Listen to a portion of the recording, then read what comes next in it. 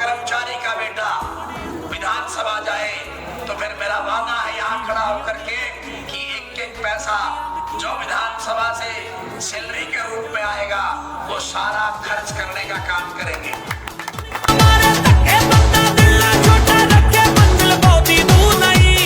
बहुत ही दूर नहीं।